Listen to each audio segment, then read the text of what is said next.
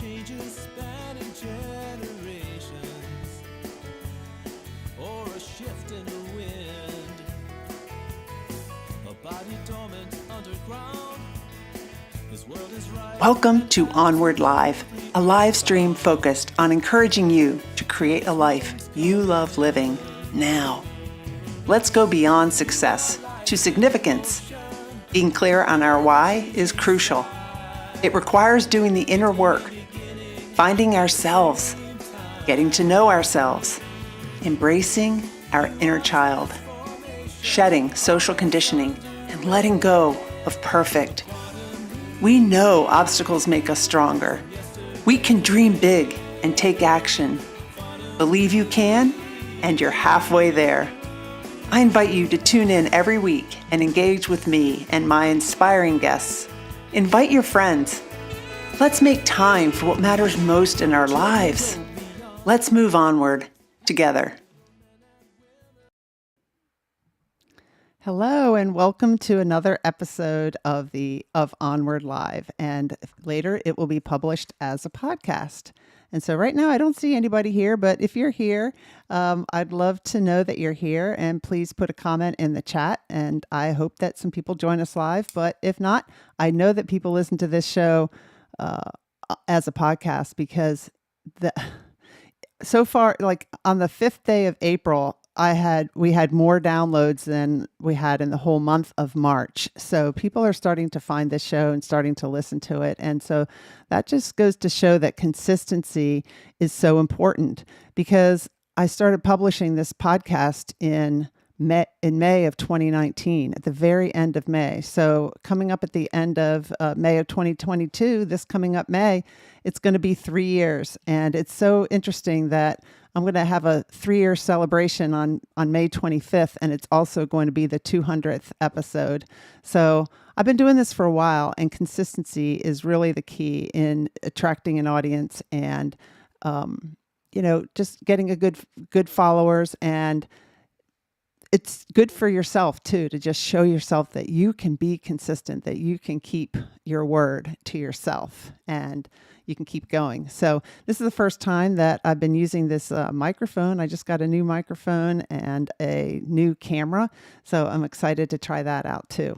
So tonight, my guest is Leonard Perlmutter, and I'm really excited to talk with him. We're going to be talking about unlock your limitless wisdom and creativity. And this is the kind of stuff that I've been looking into for myself and studying for the past 3 years, is what I told Leonard, because I feel like I was kind of asleep most of my life, and just pushing and push energy and working so hard. And there is actually another way of being that I wasn't even aware of.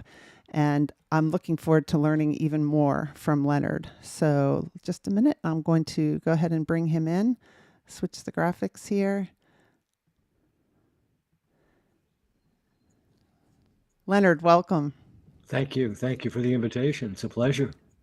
So tell us a little bit about yourself, your history, how you got to where you are with the Meditation Institute. I'd love to know more. Well, it was nothing that I had planned. In fact, the life that I'm living was just about opposite to the life that I thought I was about to live. But I think that I had very strong influences as a young child. My maternal grandfather was my first spiritual teacher. And I've always been very practical, and I've been very philosophically oriented. Those seem to be the two pillars and principles that have molded my path. When I was a child, I joined the Scouts. I was in the Cub Scouts. I was in the Boy Scouts. And I really enjoyed that because in scouting, we learned practical tools to get along in life, survival. I once asked my scoutmaster, reminding him not that he needed reminding, that the motto was be prepared for scouting. And so I asked him, what should we be prepared for? And he looked at me with a strange look in his eye, and he said, Leonard, how would I know? That's why we teach these tools, because life is not what we had planned for. And we need tools to be able to deal with everything in a creative way. So what was your plan? Oh, my plan was to become an attorney and to become an international lawyer. So I went to college. I studied international relations and politics. I went to law school, and my father died. And that was the beginning and the end of quite a bit. Wow. He was a larger than life character, as so many parents are. And he was gone all of a sudden. He was gone. And he was young. He was only 59. And so that was kind of shocking. And I began in earnest my journey inward to find something that I could count on, that I could rely on in my life as some kind of a pillar, some kind of support for me to make decisions in the world. And that led to, as I mentioned, a philosophical curiosity. I studied religions, spiritual traditions. And what was so interesting to me, not that I was really surprised, because I had an intuitive feeling about this, but that all the traditions were based on the same principles. Mm-hmm. If you peel away all of the different humanity away from the actual philosophy of religions and spiritual paths, it's all the same. It's all the same.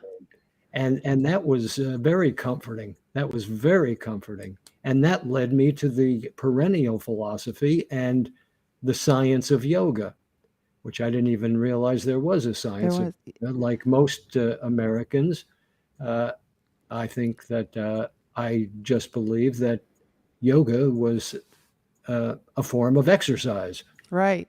But that is true that yoga does contain exercise, but that's because we have a body and that we need to support that body and exercise that body and take care of that body. But it's really about the mind, because as I came to know, all the body is in the mind. The body is a projection of the mind. And so that's what I began to practice. And a few months before my meditation master, Swami Rama of the Himalayas, passed, he sent me a note from India. And he was a man of very few words, at least with me. And the note only contained 3 words. And the 3 words were, start teaching now. Wow. And the first hint that I knew what he was talking about was the word now, because I had taken many of his philosophical courses, and he would always remind us that in the ancient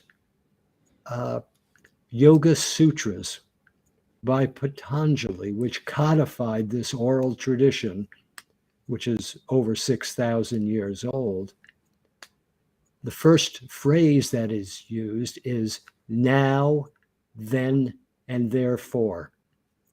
And what that indicates now at this auspicious moment, you are prepared. In this case, from Swami Rama's instruction, what he was saying, Leonard, now at this auspicious moment, you are prepared to teach. Did you feel like you were prepared? Leonard has always had a very shy personality. So my first reaction was, no, it was my second reaction. I was very honored. I was very humbled.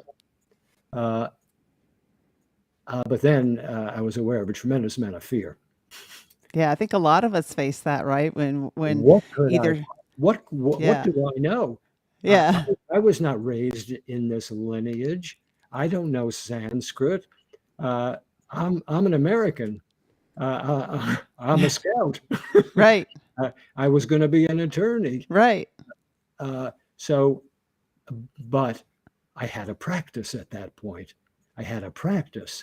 And so I knew that the only thing that I could legitimately teach was what I practiced, because it's the only thing that I really knew for sure that was true. Let me ask you a question. I'm Sure. curious, so your father died before you finished law school or right after you finished? As I was debating whether to leave law school, he died, and that finalized the decision for me that I would go back home to upstate New York to start my life. And I did. I went back, and I began this spiritual journey. The first thing that I did when I got there was I started a newspaper. And it was a community newspaper. This was in the 70s.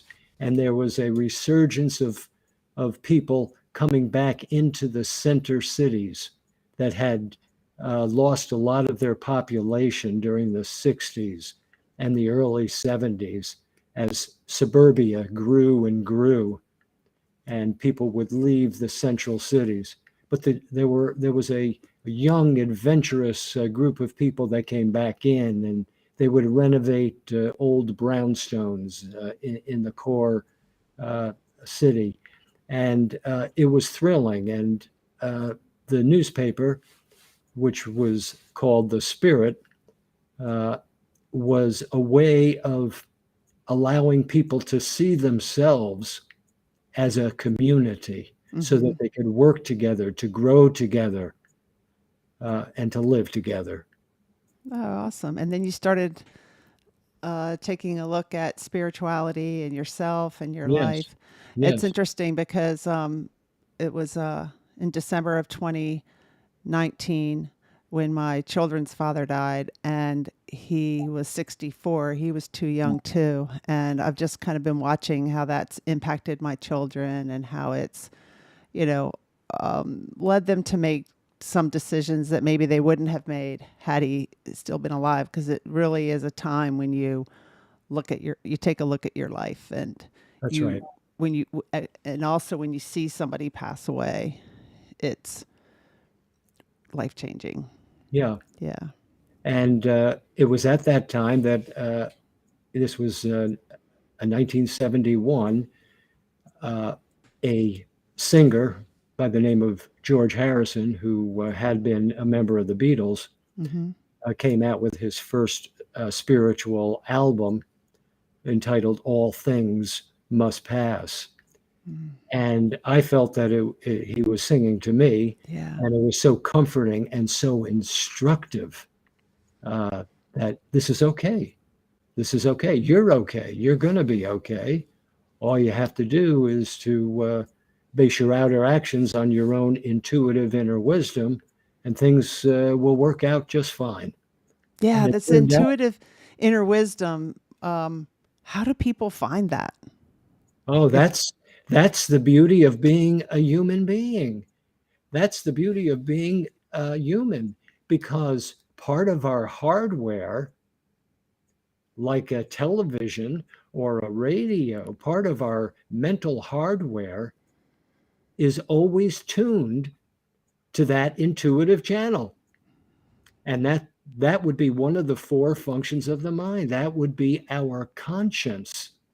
Mm-hmm. And so it's interesting because the conscience is the only function of the mind that can make a decision. The other functions are really just advisors, namely the ego, the senses, the unconscious mind. So they're like lobbyists. Yeah. But they're very, very certain that their limited perspective is always correct. I love that. So many times we Consequently, just go with the ego, right? oh, oh yes, my gosh, we're addicted to those limited perspectives, and the ego and the senses and the unconscious mind, therefore, are so loud and so insistent and pushy. They create a tremendous amount of noise in the mind. And when there's a lot of noise that's unresolved in the mind, the conscience, which is the only function of the mind that can make a decision, is left with only one way to make that decision. In that case, the conscience can only rubber stamp the loudest voice it can hear. I love that analogy. Like they're lobbyists, and then the conscience will just like rubber stamp that. Oh my gosh. I just really, Yes. I'd never really heard it put that way. And this is why I wanted to have you on the show, because it's like, it's all about create a life you love living now. And you just talked about now. And part of really loving your life is listening to that conscience, getting in touch with that conscience. So that brings up, how are we going to listen to the conscience? And the answer is the same answer that sound engineers have developed. Sound engineers always deal with this basic dilemma between the signal and the noise. So if I cannot increase the audibility of the signal, that's sort of a constant. And that would be the whisper from the superconscious mind, this superconscious wisdom that exists as an intuitive library of wisdom at the core of our being, which most of us refer to as our soul. Yeah. Part of the soul contains an intuitive library of wisdom, but this wisdom speaks in whispers. And there's so much noise from the ego, senses, and unconscious mind, the conscience cannot hear it unless you and I recognize that dilemma, and just like with the engineers, and begin to turn the noise down. And for that, we have to become good friends of the ego, senses, and unconscious mind. They are not our enemies. They are our children. Mm-hmm. And so the key is to create little projects for them. We call them experiments in truth, where we ask them to defer to the wisdom, the superconscious wisdom that the conscience can reflect once there is quietude in the mind. So we become parents of our ego, senses, and unconscious mind. We welcome them. We honor their limited perspectives because, let's face it, we all need an ego. Let's face it, we have a body. Life is to be enjoyed. We all like a good meal, a delicious dessert, and we all have habits that serve us well, but not always. And if we can listen to the ego, senses, and unconscious mind, hear their limited perspective, and then quiet everybody down, then the conscience can reflect. It can hear that whisper from the superconscious portion of the mind, suggesting the thought to think, the word to speak, and the action to take that will enable us to fulfill the purpose of our lives without pain, without misery, and without bondage. Yes.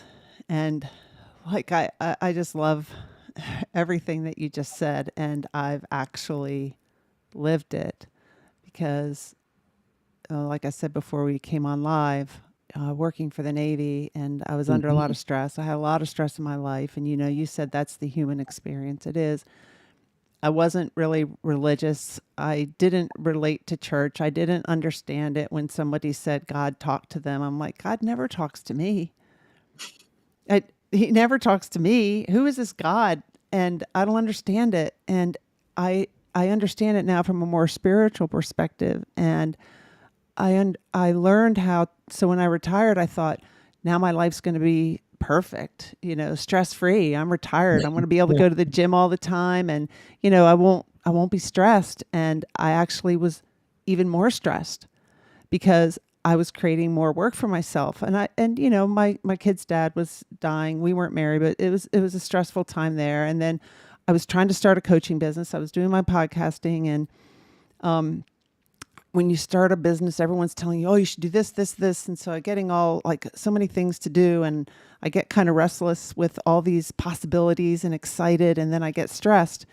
And so I didn't know how to hear my conscience. And I've since learned, and it's been life-changing. That's right. Yeah. It's lovely. Yeah. Yeah. It's a real exhalation. And, it's interesting to me that in ancient India, they didn't have the word stress in their vocabulary. The word that they used for stress was known as avidya. Avidya means ignorance. Yeah, I agree. I get that. and what they meant by that was when you forget who you really are and you identify with the mind, body, sense complex, which is subject to change, death, decay, and decomposition. When we identify with that mind, body, sense complex as me, then we experience something that equates with stress, because what it means is our outer actions in the world, thought, word, and deed, become conflicted with that superconscious wisdom that is at the core of our being. And that inner conflict always becomes the mother of all problems. Love it. I think that's why one of the reasons why I retired, I noticed myself getting frustrated, and I also knew that I wasn't feeling my feelings. And I also wanted to be able to have deep conversations with people and to really, instead of just like, hi, bye, so stressed and busy. So I think that was like my inner, there was a conflict there. Like the way I was living isn't the way that felt good to me anymore. It didn't feel comfortable anymore. And I thought things, like I said, would change when I retired. So what would you recommend to somebody like that was like me, that is trying to hear that inner conscience and has, because some people might say, well, Emily, that's easy for you to say, you're retired. But I'm telling you, it's not because I'm retired. It's because I was still just as busy. So, but what would you say to somebody who's like really busy, really swamped, all these circumstances that they can't do what you're saying? How do you get to that limitless wisdom and creativity? It's all about desire. It's Yeah. all about desire. It's all about desire. There's a saying in the ancient Upanishads, you are your deepest driving desire. As your deepest driving desire is, so is your will. As your will is, so is your deed. As your deed is, so becomes your destiny. So we really must ask ourselves very honestly, as best we can, what do I really want in this life? Do I really want to be happy? Do I really want to be healthy? Do I really want to be secure in every situation, regardless of the circumstances? And if the answer is yes, and I'm honest with myself, then it begs the question, how am I going to get to point B from point A? And the answer is pretty simple. We need a business plan. We need a philosophy of life. Yeah. And so when the student is ready, the saying goes, at that point, when there is desire to know the truth, the teacher appears. Yeah. Yeah. And my teacher I've had several teachers. Mhm. One that I've really been learning a lot from, I don't know if you know of her, is Mary Morrissey. And she teaches, she talks a lot about how we can find that joy inside and create a life we love living despite the circumstances around us. That's the human condition, to give in to those circumstances and let them drive us. And I think that's what I was doing a lot of my life, where a lot of times we're asleep and we're letting the circumstances drive us instead of getting in touch with that deeper intuition. And she talks about noticing your longings and discontent. And I just mentioned a couple of mine, having conversations with people. I noticed that when I went to a coffee shop, I saw people in jeans kind of typing on their computer. I'm like, that's where I want to work. And so just note, but sometimes we're so busy, we just like throw that aside. Notice those things that are coming up, your longings and discontent. That's telling you something. Yes. But we're running at 100 miles an hour in the passing lane of life. And when we start to pass through that intersection to decide what's to be done and what's not to be done, we don't stop to listen to the whisper. Yeah. So you've written a book. Let me put it up here because I saw your video. You have a video about it, about like, I've always wondered, why isn't this stuff taught in school? Why don't we ever learn it? And so you were talking about the need for that in the video. I'd like to hear a little bit about your book and about what you think about this being taught in schools. Well, I went to school. I had a lot of schooling, and most of it was about memorization, memorizing other people's words, theories, studies, and making it my own. But that's not the highest knowledge. The highest knowledge is through personal experience and experimentation. And so that's the key, is to turn every single relationship, and let's remember that every relationship means that I have to take an action. I have to think a thought. I have to speak a word. I have to take an action. And all of those actions, whether it's thought, word, or deed, always lead to consequences that can lead me closer to that fulfillment that I deeply desire, or will delay the prospect. And so I've just followed my nose. I have had no overriding desire to do this or to do that, just to practice, to do the practice, stay in the present moment as much as I can. I always say, bring yesterday and tomorrow into today, and bring today into now. Now, at this auspicious moment, what's to be done and what's not to be done? What's to be said and what's not to be said? What's to be thought and what's not to be thought? But wait a second. You said that it's your thoughts that lead to feelings and consequences, but isn't it the situation driving that? No, it's what we think about it. You know? Thinking makes it so, right? There's nothing good, there's nothing bad. Shakespeare says, only thinking makes it so. Yeah. Yeah. So be one other way of, like listen to your longing and discontent, and then listen to our thoughts. We have, what is it, like 60, 70,000 thoughts a day, but That's like, right. all right. So when you're going, I'm speaking from experience, when you're going, and you're not stopping at the stop signs, you're not listening to anything, your inner self, you're not listening to like how your body feels, you're just pushing, then what you're doing too, more than likely, is not feeling your feelings. And like I say this a lot. One of my past podcast guests said, when you don't feel your feelings, they go to the basement when you shove them down and they lift weights. And when Bruce, my former husband, passed away 3 years ago, all of the feelings from the divorce from 20 years ago and stuff all started coming back. So, and I've been working for the past 3 years on being able to say my feelings, to know what they are, to get more in touch with them, because I've lived most of my life in my thinking head, not my feelings. Well, and our most powerful resources are our thoughts. Thoughts give birth to words and actions, which bring Yeah. about consequences. So it's critically important that we monitor our thoughts, because we can benefit from every thought that comes, but we have to learn different dance steps for different thoughts.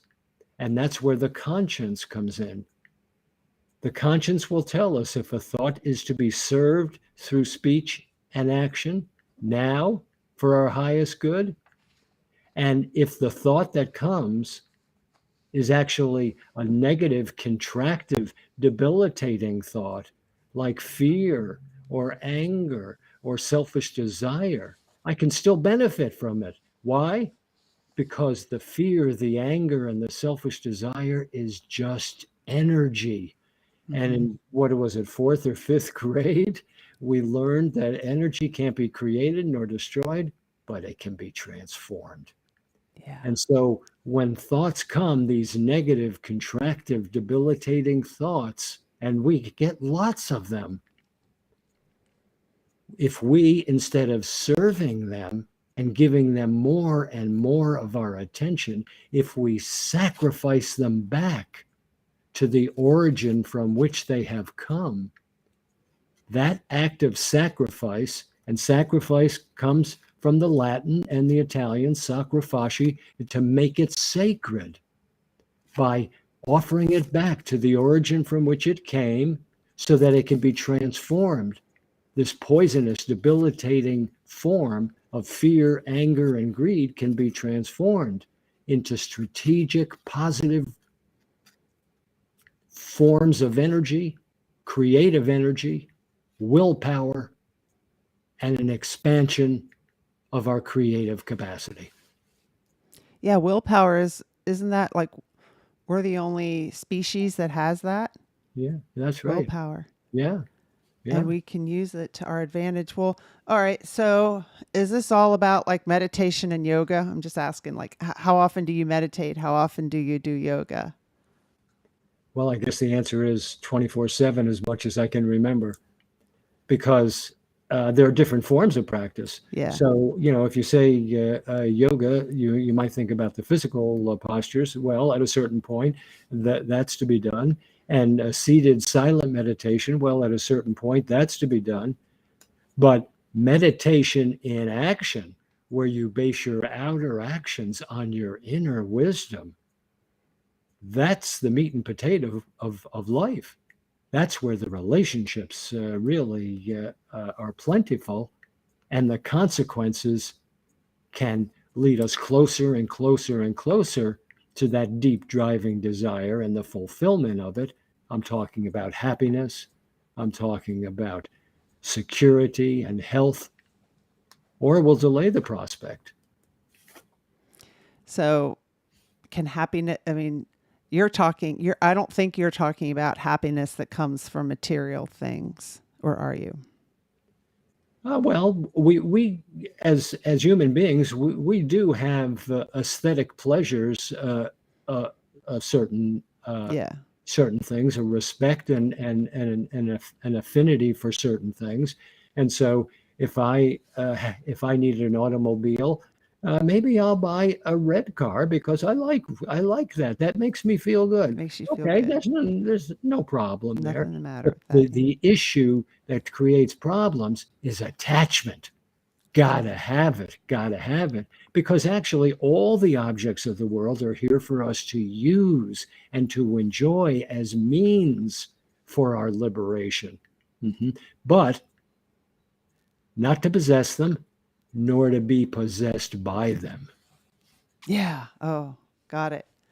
So, all right. So here's a question, because sometimes guests submit questions, and I've got this one I really like. Does relying on your conscience to make all of your decisions mean that you can't let loose and have fun? Absolutely not. That's part of the equation. Uh, and in fact, uh, that's something that we need to learn to be flexible about, isn't it? Hmm. If I'm inflexible and I can't enjoy this moment and just, as they say in modern parlance, go with the flow and enjoy this situation spontaneously, uh, then we're repressing an important part of being a human being. So yes, yes, the What the would you say to conscience the conscience will say yes. Superconscious wisdom says yes. says Go yes? ahead, enjoy it. What would you say to someone who's like, I want to sit still and meditate, or even like be more aware of my thoughts throughout the day, but it's life is just so busy. I don't know how to do that. What would you say? Well, because we've never been trained. We've never been trained. We've never been trained. And so actually, we have been trained. We've been trained to be multi-pointed.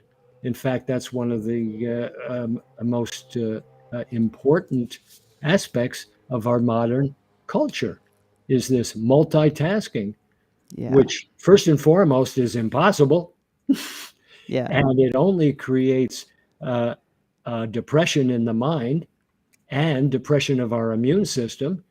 But the culture wants us to do that because we'll assume, seemingly act quicker, but it's really a faulty economy of time because we're less skillful, we're less reliable, we're less healthy.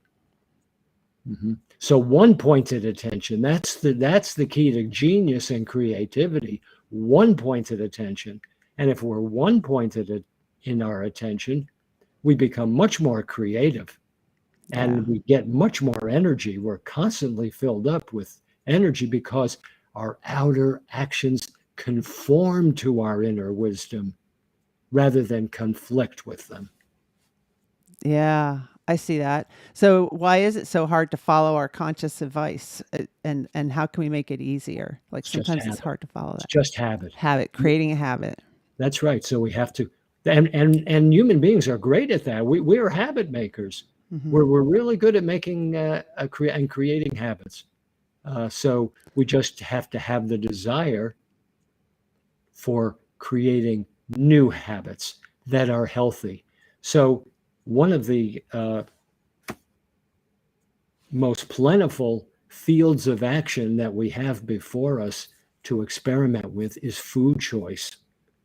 So I tell people I no longer eat food that this personality loves. No. Now, after years of experimentation, I only eat food that loves me, that loves my Mm. brain, that loves my heart, that loves my spleen, that loves my pancreas, my joints, my muscles, my heart. Mhm. And when I do that, number one, I lose all affinity for these old choices that I used to make. And I begin to love the food that loves me. Yep. And I love that idea. And I remember listening to or interviewing a guy a very about 3 years ago about yoga, and this is in the very beginning of my journey. And he said about like what you said, that yoga is more than an exercise and stuff, and that how practicing yoga can help you with your eating habits. And I'm like, how's that? He goes, because you're more mindful, and the poses in yoga, the practice is actually holding the pose. It's all And mental. You see, it's all yeah, it's mental. all mental. And then when you go to the refrigerator to get something, you're more conscious, and you can say, you can stop yourself, is what he said. Yeah. Yeah. So, so tell us a little bit about your book. What do you talk about in your book? write about? Well, first of all, I have to be honest. I didn't intend to write a book. It was March of 2020. Uh, COVID became uh, our constant companion. Uh, Hmm. and uh, my wife and I, Janice, and I were sequestered in quarantine. And hey, I'm a teacher, and nobody's coming for classes because we're not having live classes. What am I to do? How am I to be of service?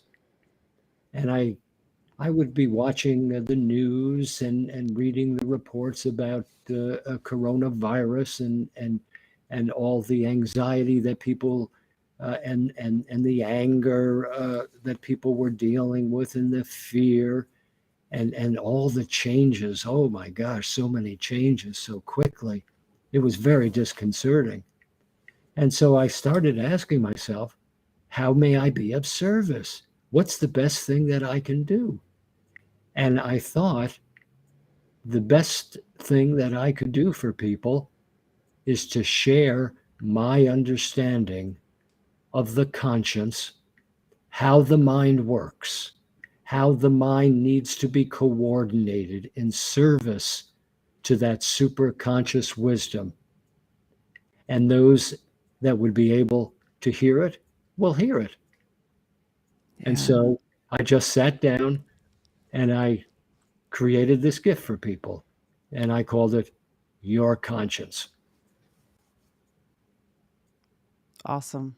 I love it. And I've got posted up there where people can get it, the website. And Thank you. you've also created National Conscience Month, Yes, I right? did. Yes. That's in January. So tell Yeah. us about that.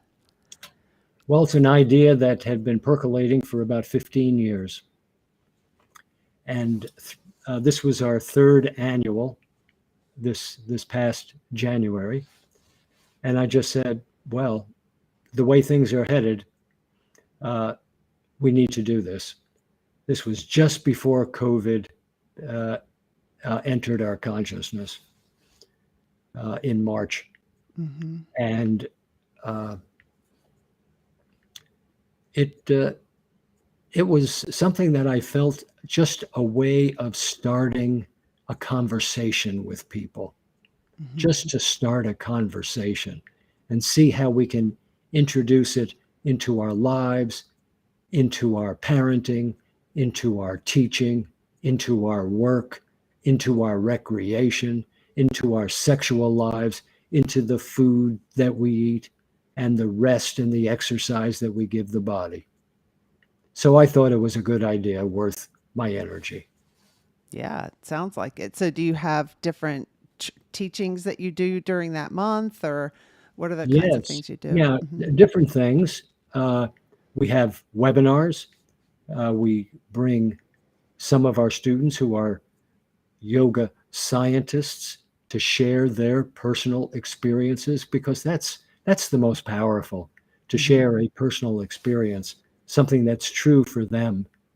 Not that you're necessarily going to believe it, but if it inspires people to use their own life, their own mind body sense complex as their personal laboratory for Yeah. experimenting, that's the most powerful. And so we do things like that. We've had speakers who came prior to COVID, and we have sponsored a national essay contest for one high school senior to receive a 2,000. Actually, it's close to $3,000 scholarship for higher education by writing an essay about how I use the conscience uh, for my benefit, or how I avoided using my conscience, and what did I learn from not using it. For not using it. That's awesome. That's great. Yeah. Um, and so, what kinds of problems can be solved by relying on your conscience? Well, I have to be honest, Emily, when you ask that question, the first answer that I have is that I have no problems. I have no problems. Why don't I have problems? Because I realized several years ago that words can be very triggering. And problem is one of those words for me that is very triggering. When Leonard says to himself, "Oh my gosh, I have a problem.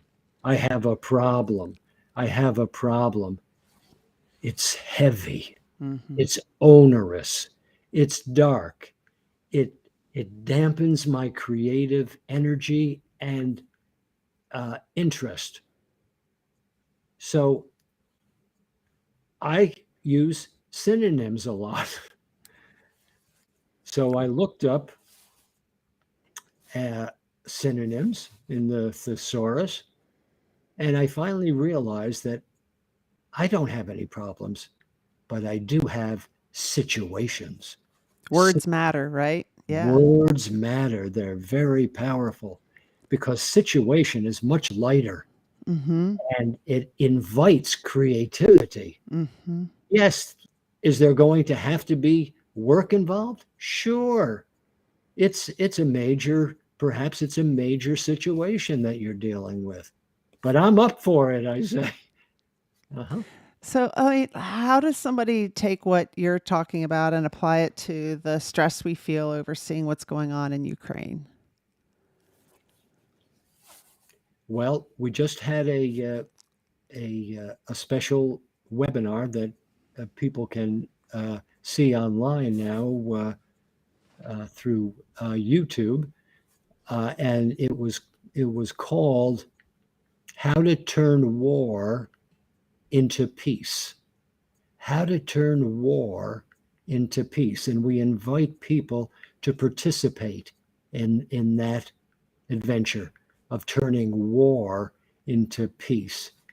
And as I explained in the webinar, first thing we have to recognize and acknowledge and go to school on is the law of karma. The law of karma very simply states that thoughts lead to words and actions, which in turn bring about consequences. So, what is the consequence we want to experience? Well, the consequence we want is peace. Okay. So we recognize that our thoughts, our words, and our actions are critically important to bring about the experience of that deep driving desire, peace. Mm-hmm. And so the second thing we have to realize is that all reality flows from the subtle to the gross. What does that mean? All Yeah. reality flows from the subtle to the gross. Well, if the truth be known, I can't even raise my hand without first entertaining a thought. Thoughts are subtle. They're mental. Mm-hmm. So all reality flows from the subtle to the gross. So thoughts are embryos. They're embryos that can bring forth more complex forms of life in the form of speech and action. Mm-hmm. And so if all reality flows from the subtle to the gross, and I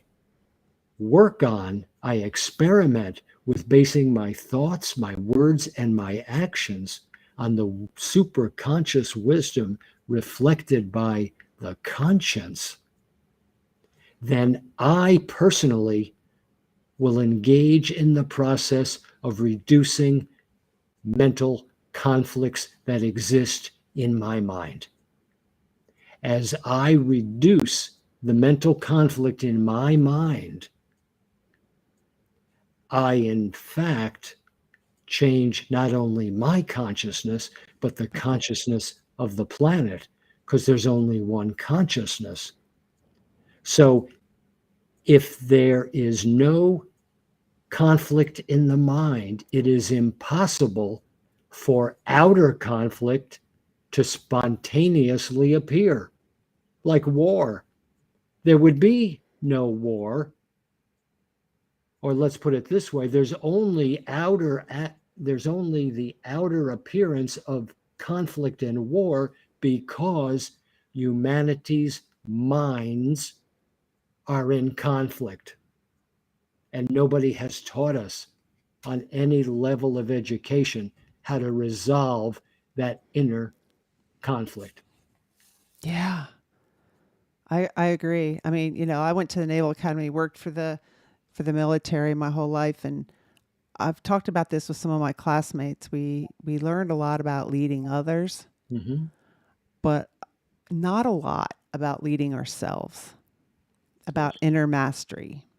And it's interesting because all military science, all military science is based on yoga science.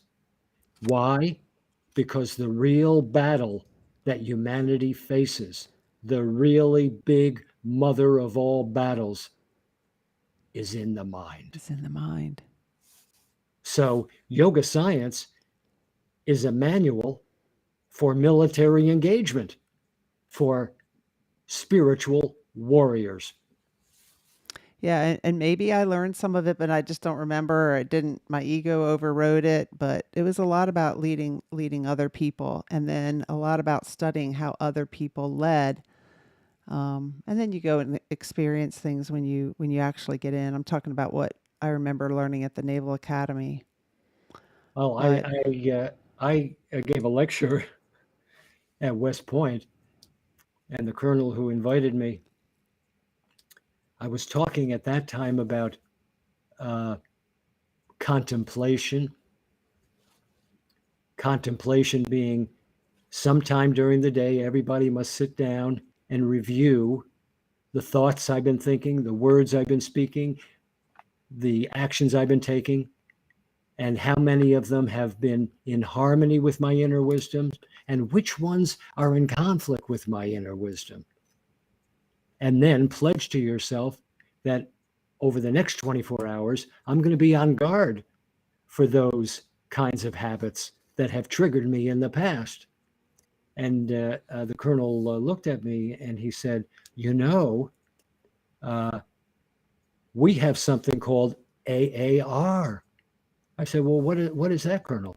He says, after action review. I said, of course, because all military science comes from yoga science. yeah, Of course you have after action review because you have a situation, you have an engagement, and then it's over. Yeah, we have to replay that, and we have to look at the videotape and yeah. see what went right and where can we polish our actions for the Definitely next did that engagement. in the Navy, you know, after action reports and Yes. looking at that. But then, you know, I think for us on an individual level, I'm just speaking for myself. Sometimes I was, you know, too busy, and I might have also reflected in my mind. But I think there's a difference between reflecting in your mind and writing things down. Absolutely. If it's concrete, it's real. Yeah. Can't get away from it. Because No. if it's just in my mind, the ego and the unconscious mind, Mhm. they're going to play tricks with us. It's true. And they're going to present something that's so attractive. I'm going to forget all about this after action review. Yeah. That's the way it is with human beings. We Yeah. forget. Yeah. Wow. Well, as we wrap this up, I wanted to show your Instagram and American Meditation Institute, and that's the same as your Facebook page, American Meditation Institute. And then your YouTube channel is the same. And then it's pretty easy to remember, but I'll also put this in the show notes, but AmericanMeditation.org is your website. And I saw that there's something coming up on 30 April. You have some events coming up. So Yeah. We have the foundation course is coming up and I think it's 3rd of May, the foundation course, which contains all of yoga psychology and yoga science. It's a 6-week course that contains everything that I've been talking about here in a coherent way so that people can create their own philosophy of life and game plan for experimentation. Yeah, I think I love what you said about create your own, because you can learn from other people's experiences. You can learn from what other people say. And then the real meat of learning is applying it in your own life and That's right. experiencing it. And Right. it's, you know, Emily, it's so important to realize that people teach us both what to do and what not to do. Yeah. That's why I tell people that one of my most important teachers has been Elvis Presley. Why is Because, that? well, when I was 10 years old, I fell in love with Elvis Presley. I was captured by his charisma and his voice. I gave him a tremendous amount of attention as a young child. And I loved him then. I loved him every single day of my life. I love him today. Mm-hmm. Uh, uh, and because I gave so much attention to Elvis Presley, I observed many of the choices that he made, many of which were in conflict with my own inner wisdom. So, on a very practical level, in many ways, Elvis Presley was important to me because he taught me how not to live my life. And I'm eternally grateful for that teaching. Yeah. Yeah, that's awesome. I can relate that a little bit to something that I'm going through now with my business. You know, I got a lot of people messaging me on LinkedIn. Oh, you're a coach. I can help you make $1 million in a day. Things like that. Or, your website. I can improve your website. I can help you with your social media. And then I've experienced where you talk to different people and they all have different opinions on what I should do, like what the graphics should look like or whatever. And it's like, it can get overwhelming, especially if you have, like I do, if you're kind of a people pleaser, which I'm aware of and I'm working on, I'm always aware of that and making decisions, less to please people less, and to please myself, so now I'm like, well, what does my gut say? What's my inner intuition say? Someone's saying I got to completely revamp my website, or you got to do this, or you got to do that. And I'm just going to get quiet. And one of my coaches taught me, which I love, this visualization, to visualize the soul of my business, because my business isn't fully created yet. It's still creating, right? So get in touch with the soul of my business. What would the soul of my business say to me right now? Which is, what would my intuition say? What would spirit say? And then I can calm down and feel like I'm and make an aligned decision, whereas my ego is what's like getting all confused with all these different recommendations. So, really, what you're saying is the best way to create a successful business, a successful life, is simply to be in service to that inner wisdom that is within me, that is me. Yeah. It's all about service. I have made a living my whole adult life as an art dealer. That's how I make a living. Okay. I still today. And it's been a challenge. And I spoke to a teacher once, and I said to him, I love this teaching that I've been studying, yoga science and philosophy and yoga psychology, but I'm self-employed, and I have to deal with a lot of fear. I think that yoga science is better designed for people who have, say, they work for the government. They have a check coming in. They have health insurance. They have a retirement. I don't have any of these. I'm self-employed. Do you have any advice for me? And he looked at me and he said, well, Leonard, your problem is you consider yourself self-employed. I am employed by the self. Ah. That's what I said. I can become a good employee of this super conscious wisdom that is within me, that is me. And so I have built my businesses that way. I have built this American Meditation Institute, or it has built itself. I have only been in service to those small decisions that I have made, what's in front of me, one after the other after the other.